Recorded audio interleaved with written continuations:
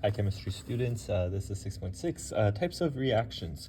In this lesson, we learned about 5 different types of reactions, and we learned how to write balanced chemical equations which represent these reactions, and we were able to predict the products with those. So let's go through these 5 types of reactions first. The 5 types we talked about were synthesis, decomposition, single replacement, double replacement, and combustion. Let's go through them one at a time.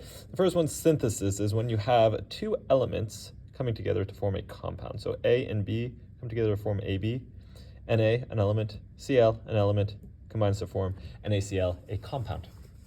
This was an analogy of relationships, so we use this as when the relationship starts. Decomposition is when you have a compound, and what happens is it breaks down into 2 different elements. So for example, here we have potassium nitride. Potassium nitride is going to break down into just potassium and nitrogen. This is the example of a breakup that we talked about in a relationship where you have we have a bond there, and then it breaks up, that bond dissolves, and we have 2 separate things now. Single replacement is when you have an element with a compound, and what's going to happen is that element is going to come into that compound, kick out one of them, and then you're going to have one new compound and one new element. So for example here, right, if you have lithium all by itself, it's going to take the place of zinc in zinc nitrate, right, this nitrate. And what's going to happen is we're going to now have instead lithium nitrate and just zinc by itself, right? This was this situation of unfortunately cheating or homewrecking, as we mentioned in relationships. And so what happens is lithium comes in and kicks zinc out. Sad. Now do note here that metals are going to be replacing metals, right? Lithium is a metal, zinc is a metal, that's why it replaced it. Sometimes students ask me, wait, why doesn't lithium replace nitrate? And note, right, you cannot have lithium replace nitrate because nitrate has a negative charge. Lithium is going to be a positively charged, and so you can't have 2 positives together, right? If we had lithium replace nitrate, you have zinc and lithium, and they're 2 positives. Those are 2 metals. That's actually a metallic one, which we don't even talk about in this class, but that's not going to happen here, right? And so you can't have that happen. Have metals replace metals. Non-metals are going to replace non-metals. Moving on, kind of a similar, but extending upon that, we have double replacement, where you have AB plus CD, you're going to have AD plus BC. In essence, what happens here is there's 2 kind of new things that we make.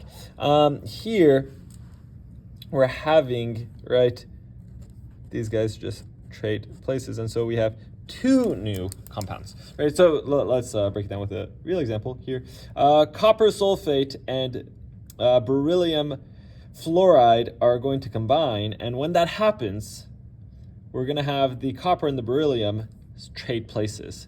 And so now we have the sulfurs stay the same, and the fluorines stay in their place, but the copper and the beryllium, they traded places. This is the situation when you have 2 compounds. If you have 2 compounds, what's going to happen is they're going to have that switch, they're going to trade, and we're going to form 2 new compounds here, okay? Then lastly, you have combustion. Combustion, there's not really too many practice problems we do with it, but it's important to know it in general as a type of reaction. Combustion is whenever you have any sort of what we call CHO molecules, so something with carbon, hydrogen, and oxygen. And what's going to happen is it's going to combine with oxygen in the air in the presence of what we say oftentimes heat, which we put with a triangle, in order to form CO2 and H2O. Now, you don't have to have a CHO molecule. If you guys remember, we've actually also burned magnesium. But most often, we'll see it in the presence of CHO molecules. And yeah, we'll especially see this in Unit 8 when we're talking about thermodynamics. And so important to learn, important to note, but it's not going to really be too much of the problems that we do in this unit. All right, so those are your 5 types of reactions. How do we apply it? Well, there were kind of 2 categories of practice problems that we did. Predict the product, and then translating and creating a full chemical equation. Well, let's do predict the product first. So for example, if you have something like this, and I tell you to, hey, predict the product, right, is what we're going to form. And so what I'm saying is, hey, what are we going to make in this situation? What you want to do is you want to be able to take a look at your types of reactions and say, okay, well, what kind of situation am I in? Right, and what we see is that we're in the situation where we have an element and an element. And so what we're going to do, right, what's going to happen is we're going to have them form a compound here, right? Because that's what happens in synthesis, right? This is the situation of synthesis, and therefore in synthesis, 2 elements come together to form a compound. So we're going to form KS.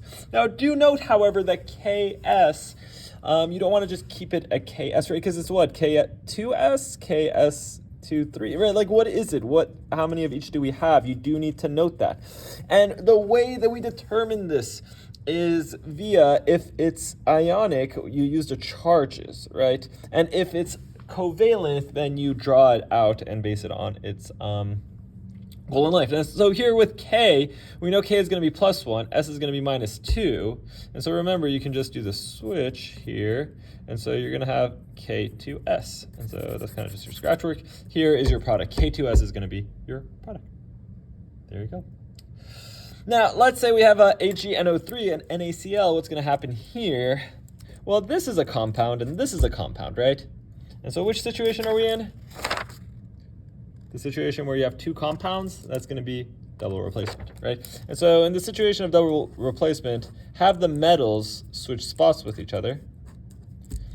And so what we're going to have is NaNO3 plus AgCl. Now, Na is a +1 charge, NO3 is a -1, and so actually they're 1-to-1, and so that's fine.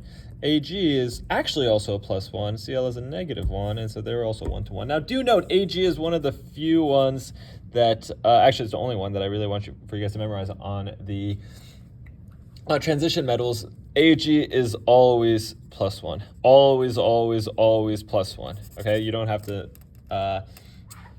they don't have to tell you anything. That's just because Ag is not ambiguous. It's always +1. Okay, so do remember that.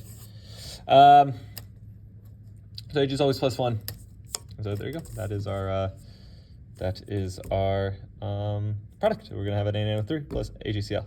All right, so now translating into a full balanced chemical equation with products. Barium chloride reacts with sodium sulfate. Basically, what I'm doing here is I'm just giving you, I'm not even giving you the first part of the equation. I'm asking you to figure that part out and then to predict the product. And so it's really just kind of putting together everything we've learned in Unit 6. And so if we have barium chloride reacts with sodium sulfate, right, what you're having is BaCl plus NaSO4, right? Barium chloride and sodium sulfate, right? They're reacting together. Now, do note again, right? You do need to make sure that you know how to determine the how many of each we have. Now, barium is taking a look at the PR table. Sorry, actually, it's +2, right? Because it's on the second group, so it's +2. Cl is -1, and so you're going to need 2 -1s to cancel out that Ba +2. Now, Na is +1, SO4 is -2. Remember, that's one of our polyatomics that we have to have memorized. And so what you're going to have here is Na2SO4. And so now,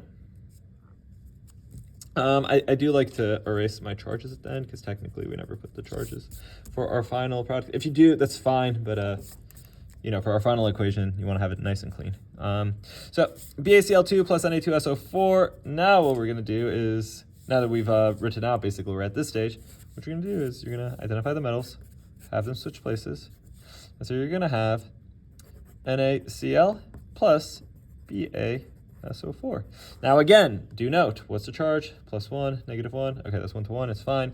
Ba is +2, SO4 is -2, and so actually those are fine too, but you do need to go through that step, okay? Please don't just write it out like this and then you're done. You're going to have to figure out the prefixes. Or sorry, not the prefixes. You're going to have to figure out the subscripts, right? How many of each we have, because we're not given things like prefixes. And so now let's see, we want to make sure that this is balanced too. And so now is it balanced? Well, now we got 2 CLs, we only got 1 CL here, so we have to put a 2. Now let's see, we got 2 NAs. Do we have 2 NA here? Yeah, we do. We have 1 SO4, 1 SO4, 1 Ba, 1 Ba. Yeah, okay, that's good. There you go. So that's our balanced chemical equation. And so there you go. There you have it. This would be kind of a quintessential problem for this lesson, but also in general, this would be a quintessential problem for this unit. This really brings together, right, everything that we've learned. And so if you can do this one, you get to go for the unit. If you can't, please watch some of the videos, ask for some help, do your practice problems, because this is what it all built up to. Hope that helps. Let me know if you need any help. Happy to help you guys out.